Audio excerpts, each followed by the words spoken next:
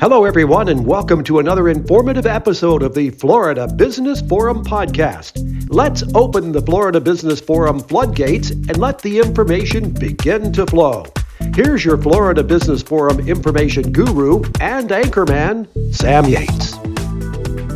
Hello, everyone, and welcome to another exciting edition of the Florida Business Forum.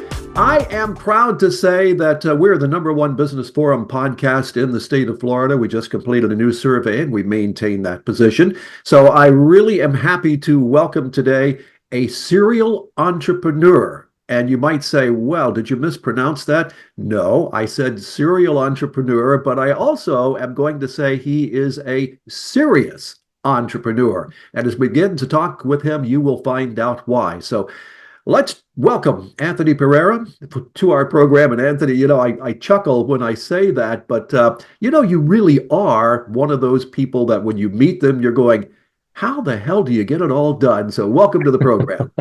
Sam, thanks for having me. Excited to be here and looking forward to our conversation.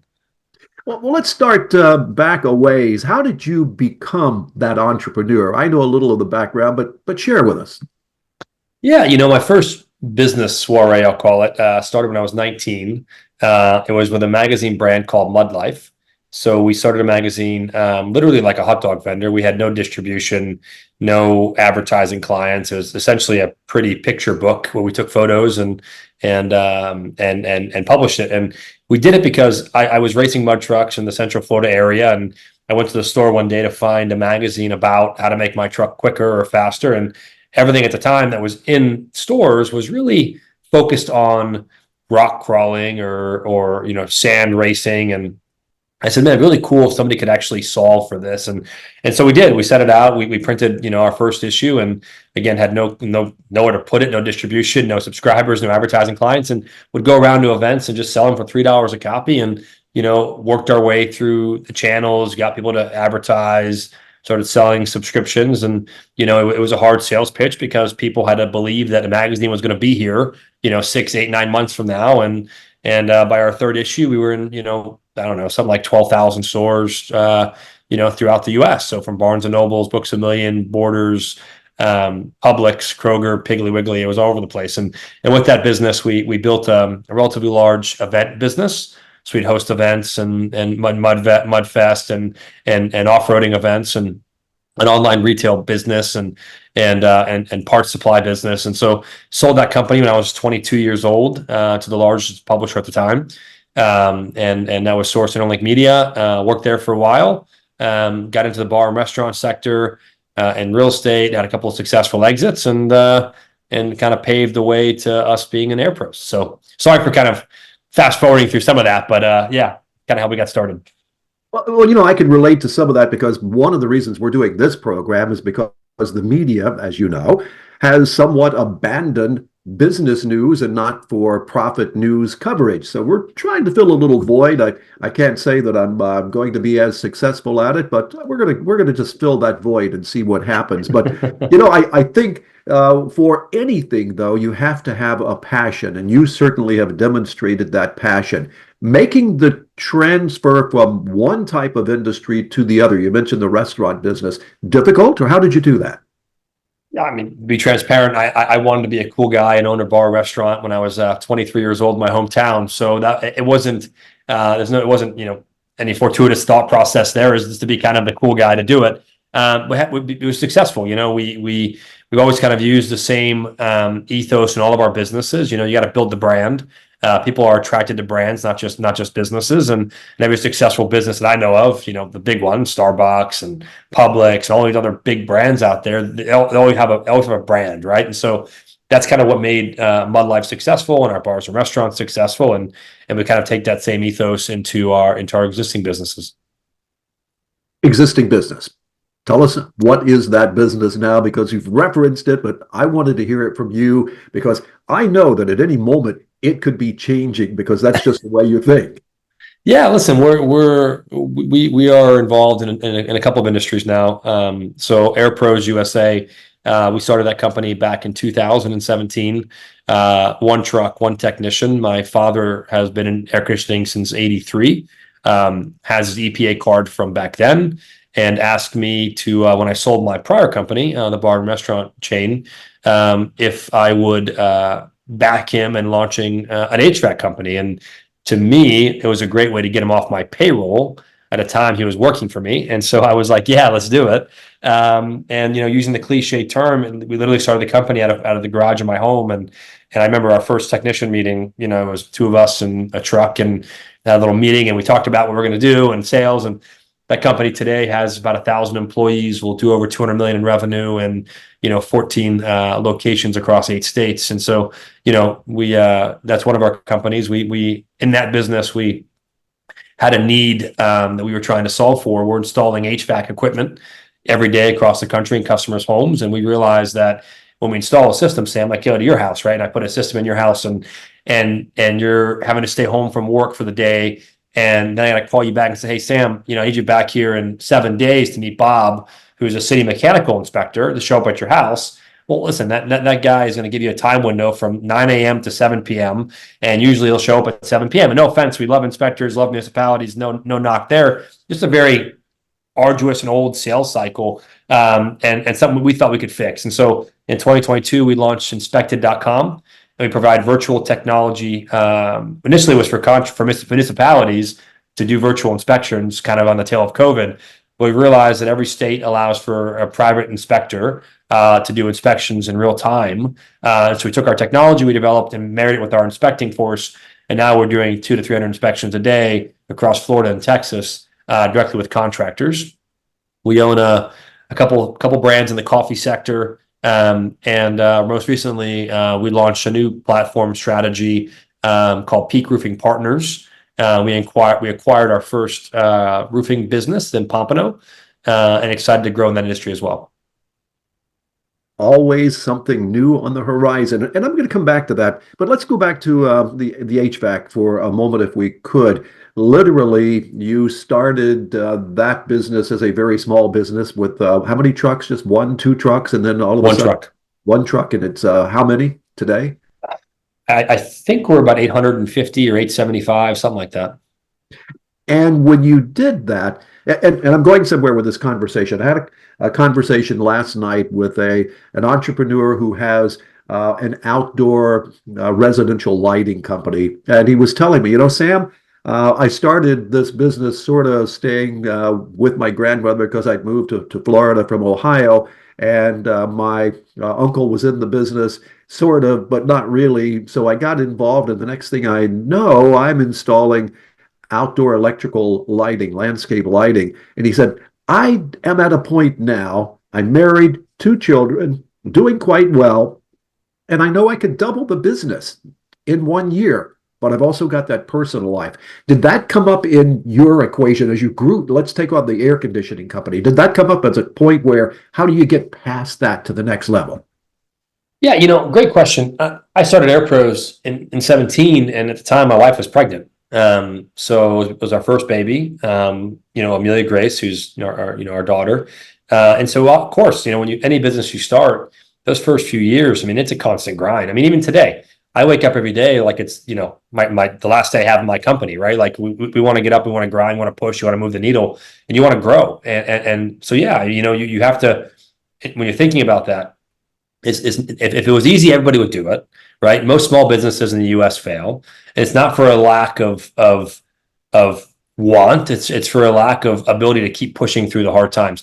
We all go on these podcasts, and there's a lot of people who do this, and they tell you about all the exciting things they've done and all the good times they have. No one tells you about the time where they had to sit up on the phone at 3:00 in the morning because your after hours answering service wasn't answering calls, or I had to run a part out to a technician, at 1 a.m. on a Saturday because he didn't have a part in the truck on an on-call service. No one likes to share those stories, but that's what it takes. It takes that grind. It takes the willingness to get your hands dirty, roll up your sleeves, and really get something done. If you want it, you're gonna have to go for it.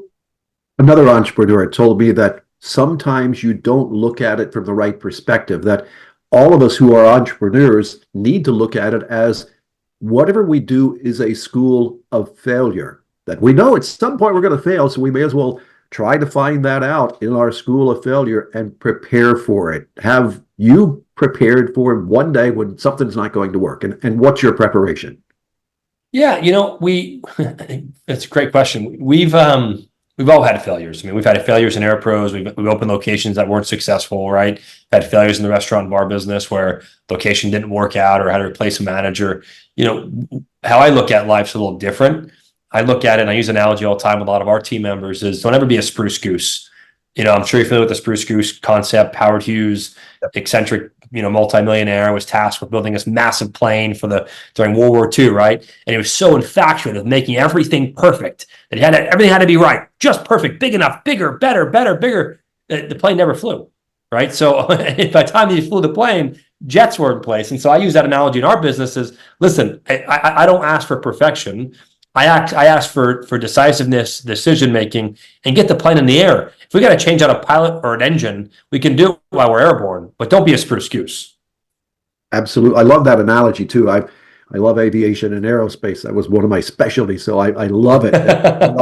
I can just see him at the controls really sweating it and wait a minute, what you just said, jet technology is here upon us.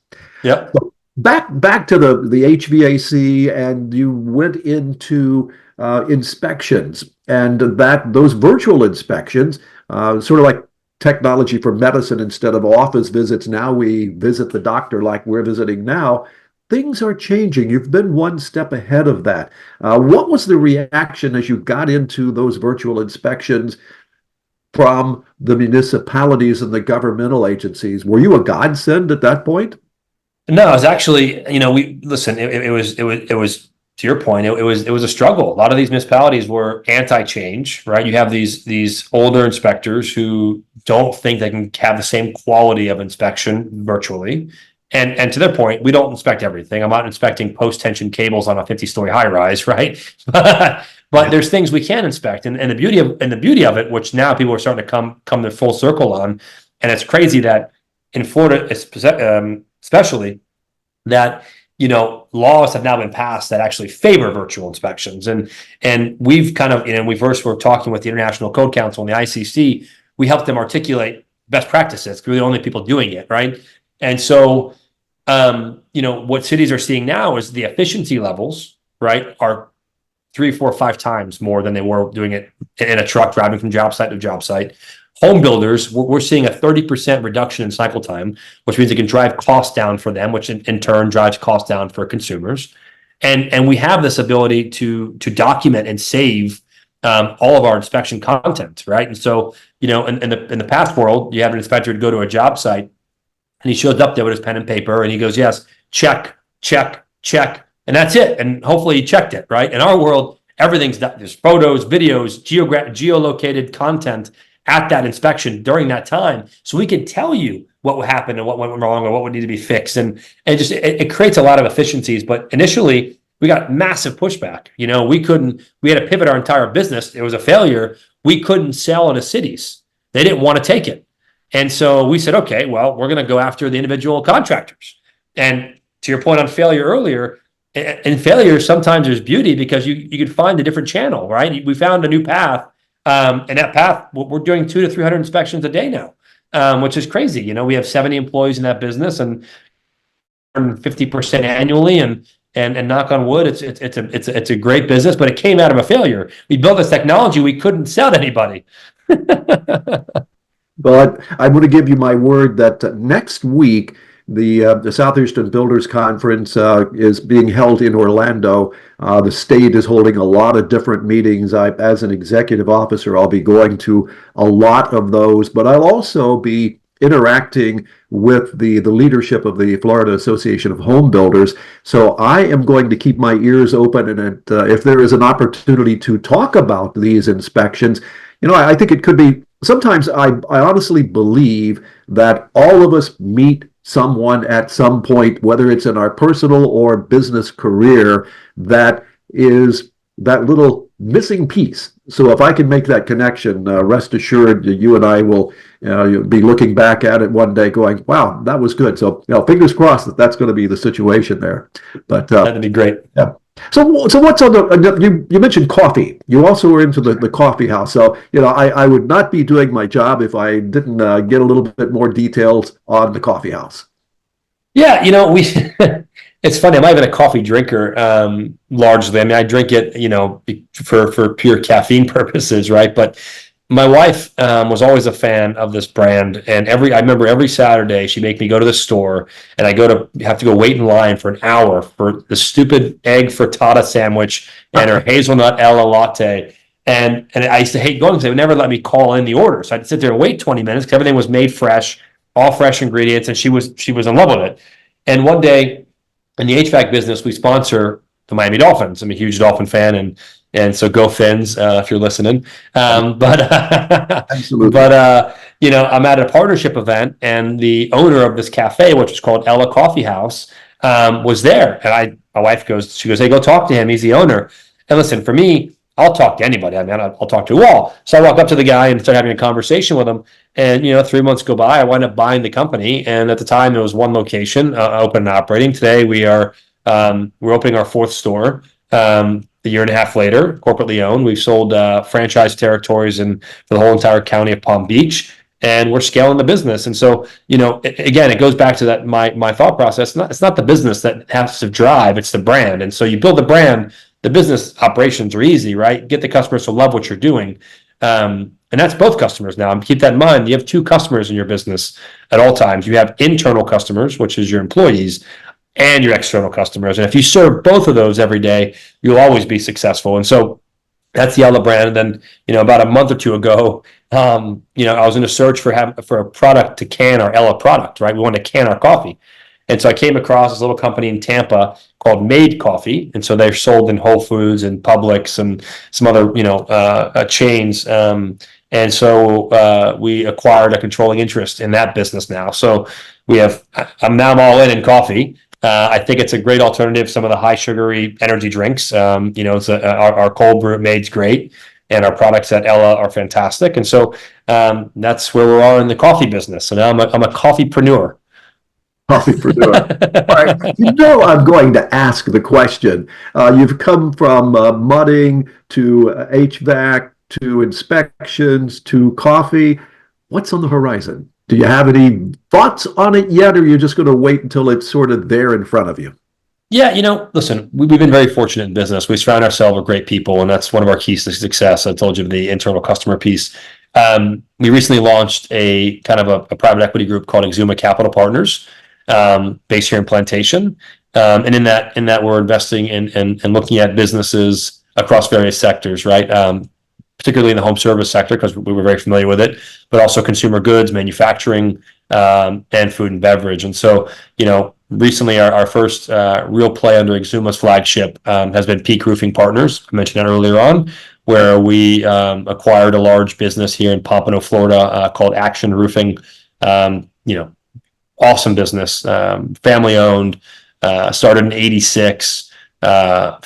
Partners are still running the business day to day. And so backing entrepreneurs like that, who I can see a lot of similarities with, is going to be a key to our success in the Exuma brand. Little sidebar. Recently invited the national economist from the National Association of Home Builders to speak at a luncheon for us here on the local level. And two segments of the economy within our industry, and I say our industry because now I'm representing the housing industry, two segments that he forecast for the next 3, possibly 4 years to be among the hottest in the housing industry. One, roofing, because of the aging statistics on roofing and the new construction. But the second, that was even brighter than roofing, was remodel, because remodel still keeps people in, and there was a lot of stats that went into that. But so once again, you're right there on the leading edge of it all. So I have to say congratulations on that. Toughest question.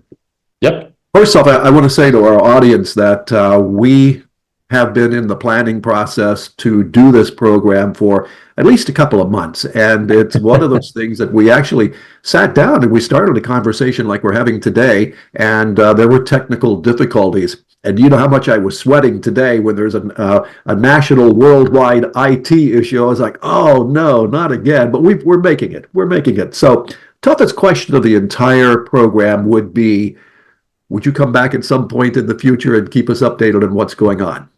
So, Sam, I think you have a great program. I love sharing the story of our great companies and what we're doing and the people and lives we're impacting. So, of course, I'd love to come back. And then I've got to get in the pitch. Because I represent the Gold Coast Builders Association as their executive, we serve Broward County and all of Palm Beach County, and major builders ranging from D.R. Horton to Lennar to 13th Floor, and a lot of them in between. Would you consider being my guest at an upcoming event of some sort and perhaps joining our organization?